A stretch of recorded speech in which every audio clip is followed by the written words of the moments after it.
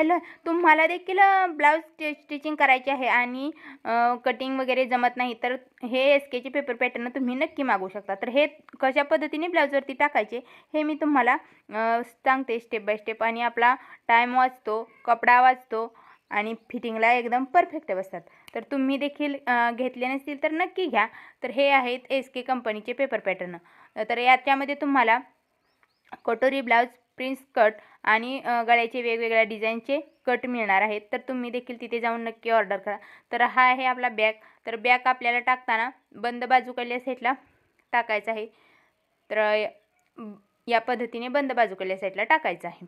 त्यानंतर फ्रंट टाकायचा या पद्धतीने. त्यानंतर कटोरी टाकायचं. कटोरीचं पार्ट जो आहे तो टाकायचा आहे.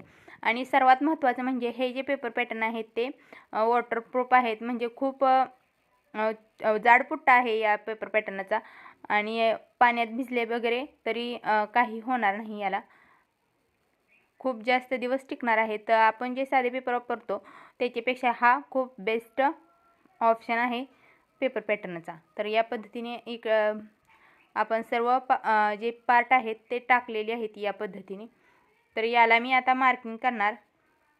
मार्किंग केल्यानंतर मी तुम्हाला दाखवते. तर हे 5 पॅटर्न आहेत. तर बघू शकता तुम्ही एकदम व्यवस्थित असे आपल्या अस्तरवरती जे पॅटर्न आहेत ते बसलेले आहेत. आणि खूप असा कापड जे आहे ते आपल्याला यूज करायला भेटणार आहे. तर याला आता मी मार्किंग करून घेते.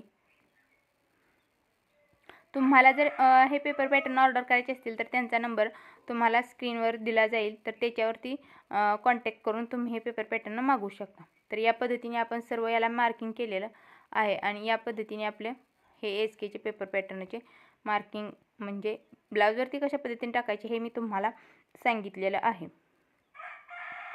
तर त्यासाठी